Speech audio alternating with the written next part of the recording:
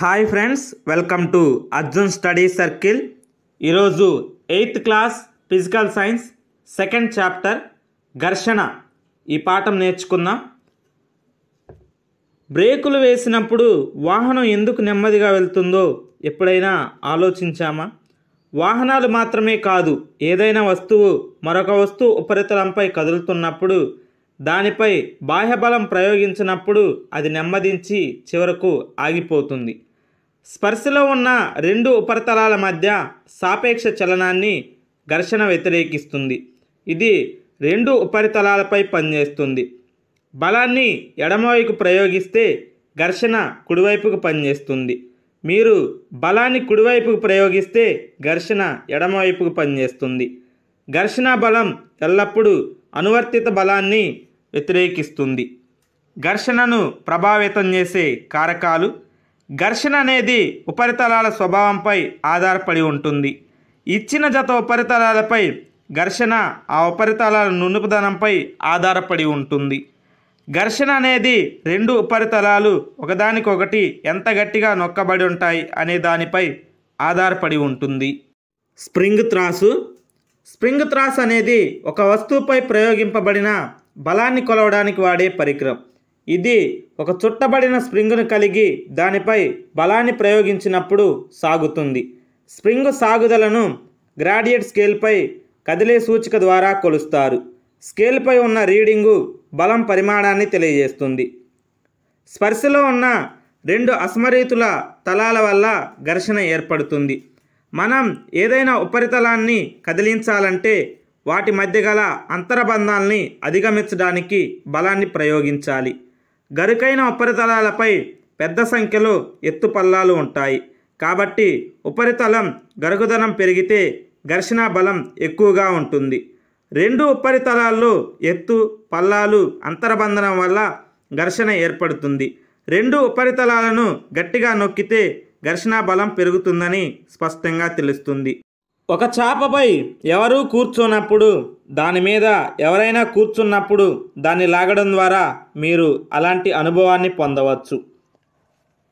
ఒక వస్తువును నిశ్చల స్థితి నుండి కదిలించడానికి ప్రయత్నించినప్పుడు స్థైతిక ఘర్షణ పనిచేస్తుంది.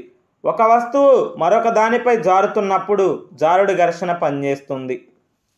జారుడు ఘర్షణ స్థైతిక ఘర్షణ కంటే కొంచెం తక్కువగా ఉంటుంది.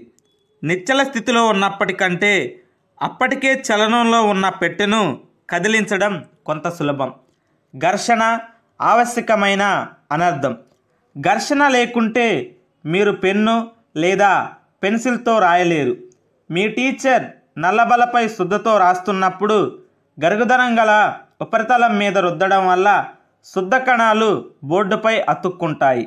శుద్ధ ముక్క బోర్డు మధ్య ఘర్షణ లేనట్లయితే ఇది జరగదు.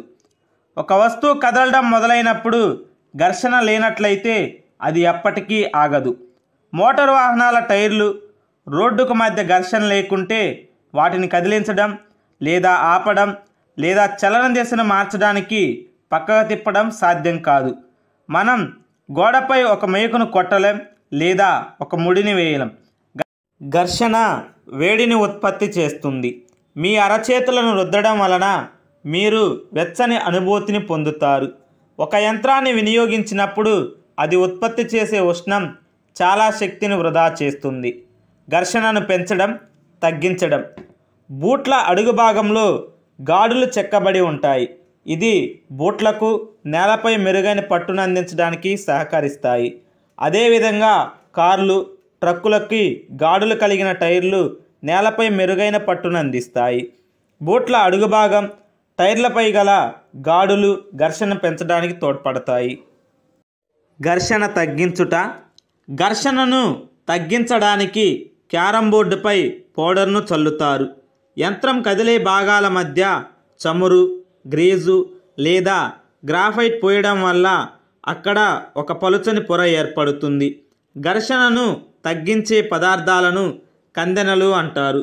కొన్ని యంత్రాలలో నూనెను కందెనగా ఉపయోగించడం మంచిది కాదు.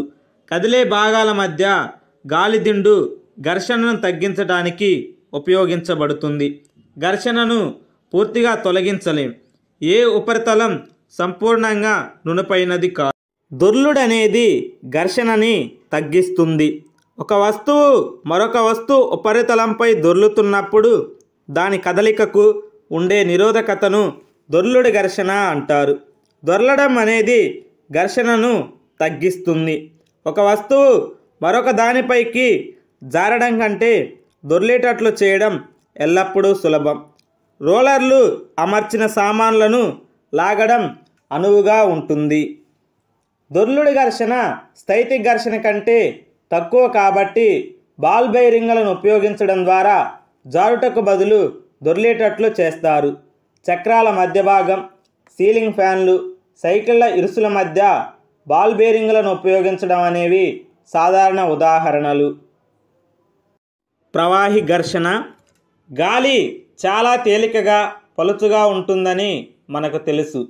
అయినప్పటికీ అది దాని గుండా కదిలే వస్తువులపై ఘర్షణ బలాన్ని ప్రయోగిస్తుంది. అదేవిధంగా నీరు, ఇతర ద్రవాలు వాటి ద్వారా వస్తువులు కదిలినప్పుడు ఘర్షణ బలాన్ని కలిగిస్తాయి. శాస్త్రీయ భాషలో వాయువుల, ద్రవాల సాధారణ పేరు ప్రవాహులు. కాబట్టి ప్రవాహులు వాటి గుండా చలనంలో ఉన్న వస్తువులపై ఘర్షణ బలాన్ని కలిగిస్తాయని మనం చెప్పగలం. ప్రవాహులు ప్రయోగించే ఘర్షణ బలాన్ని డ్రాగ్ లేదా ప్రవాహి ఘర్షణ అని కూడా అంటారు. ప్రవాహిలోని వస్తువుపై ఘర్షణ బలం ప్రవాహితో సంబంధించి దాని సాపేక్ష వేగంపై ఆధారపడి ఉంటుంది. ఘర్షణ బలం వస్తువు ఆకృతి, ప్రవాహి స్వభావంపై కూడా ఆధారపడి ఉంటుంది. వస్తువులు ప్రవాహులలో చలించేటప్పుడు వాటిపై పనిచేసే ఘర్షణను అవి అధిగమించవలసి ఉంటుంది. ఈ ప్రక్రియలో అవి శక్తిని కోల్పోతాయి. అందువల్ల ఘర్షణ తగ్గించడానికి ప్రయత్నాలు జరుగుతాయి.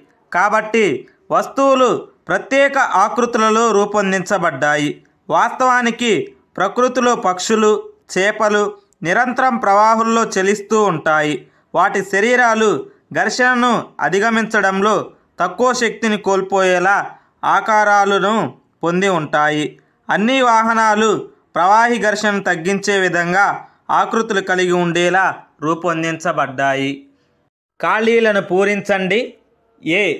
ఘర్షణ అనేది ఒకదానితో ఒకటి స్పర్శలో ఉన్న ఉపరితలాల మధ్య చలనాన్ని వ్యతిరేకిస్తుంది. బి. ఘర్షణ అనేది ఉపరితలాల స్వభావంపై ఆధారపడి ఉంటుంది. సి. ఘర్షణ ఉష్ణంను ఉత్పత్తి చేస్తుంది. డి. క్యారమ్ బోర్డుపై పౌడర్ చల్లడం అనేది ఘర్షణను తగ్గించడం. ఈ స్థైతిక ఘర్షణ కంటే జారుడు ఘర్షణ తక్కువ. ఈ వీడియో కనుక మీకు నచ్చినట్లయితే లైక్ చేయండి, షేర్ చేయండి, సబ్స్క్రైబ్ చేయండి. మరిన్ని వీడియోస్ కోసం చూస్తూనే ఉండండి అర్జున్ స్టడీ సర్కిల్.